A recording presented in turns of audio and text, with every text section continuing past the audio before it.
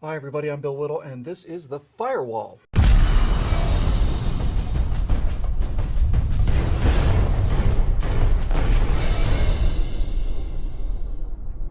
The first half of the 20th century was a time of truly unbelievable oppression and murder. In Germany and Russia, secret police forces such as the Gestapo or the NKVD used terror, murder, and random arrests to make millions obey the will of the handful of those pulling the levers of power. Now, of course, in the early 21st century, packing people into cattle cars or shooting them in the back of the head in the basement of the Lubyanka building is considered bad form. So, how does one of those petty bourgeois tyrants, those genetic defectives who simply are not happy unless you bend a knee to their will, how do they get their way in this touchy-feely, politically correct era? What fig leaf is there for these naked power and money grabs now that the workers' paradise or the Aryan Superman shams have been exposed? Well, how about if we save the planet? You like the planet, don't you? You don't want your children frying to a crisp or drinking insecticide, do you? Of course not. Give us all of your freedom, and that'll be $40,000. Now, that may sound a little hyperbolic, but that's what's happening all across the country, but especially in the Northwest. I was in Washington State recently on a speaking engagement, and on a 2-hour drive from Seattle Airport to Bellingham, Washington, I got a chance to hear tales of our new Tie-Dyed Tyranny, the dictatorship of the D student, the empire of the eco-weenies, as related to me by Glenn Morgan, property rights director of the Freedom Foundation. What kind of patchouli-scented police state is there in Washington and coming for the rest of us? Well, this kind. Let's say that you and your children are hiking in beautiful Olympic National Park. Oh, look, moose antlers. If you or your child who didn't shoot the moose, I hasten to add, you simply found the molted antlers lying on the trail.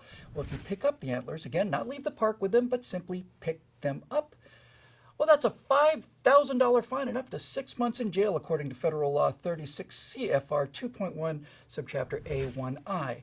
That fine, of course, will go to the U.S. Treasury to help pay for the billboards that we have posted in Mexico, saying that deported illegals are welcome to come back to the United States. The main thing is to keep our priorities straight.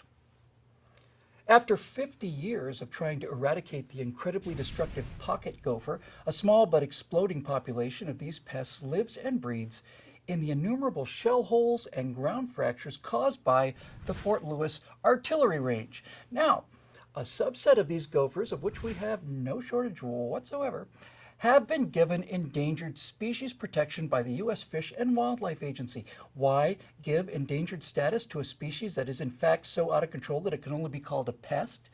Well, because the males of this small subpopulation apparently have larger than average reproductive organs. It's not proven, by the way, it's merely asserted, but that was enough for the anti-growth, anti-human eco-weenie zealots in Thurston County to put draconian restrictions on what people can do on their own property in the name of protecting these fragile, delicate, large-membered gophers that were bred on an active artillery range. Now, since these are obviously conservative gophers, the irony becomes almost unbearable.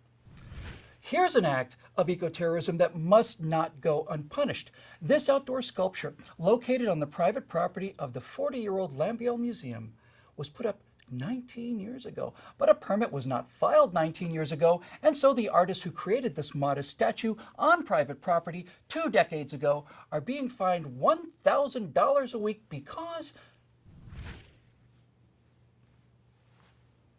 And while we could do this all day, let's just close with the story of Joe Reminar, a former Department of Justice special agent who had performed drug interdiction missions in places as far away as Afghanistan. This domestic terrorist, in the eyes of Whatcom County, Washington State at least, decided to put a pond on his own property in order to process mercury tailings from his gold mine, in order to bury radioactive waste from his nuclear reactor. No, in order to build a wetlands habitat for migrating birds. Joe was very careful when he built his pond. He didn't apply for grants, and he spent not a dime of public money. He didn't interrupt the flow of an existing stream. State fish and wildlife biologists reported that his pond was a clear and obvious wildlife enhancement project, which he built at his own expense on his own property. But, as Glenn Morgan reported, for this crime against bureaucracy, he was going to be punished. Whatcom County's lead central planner, Lynn Morgan Hill, determined that Joe Remenar must destroy his wildlife habitat in order to save his wildlife habitat. She ordered that the pond be filled back in and that Mr. Remenar would have to pay one of the county-approved preferred consultants to have it done.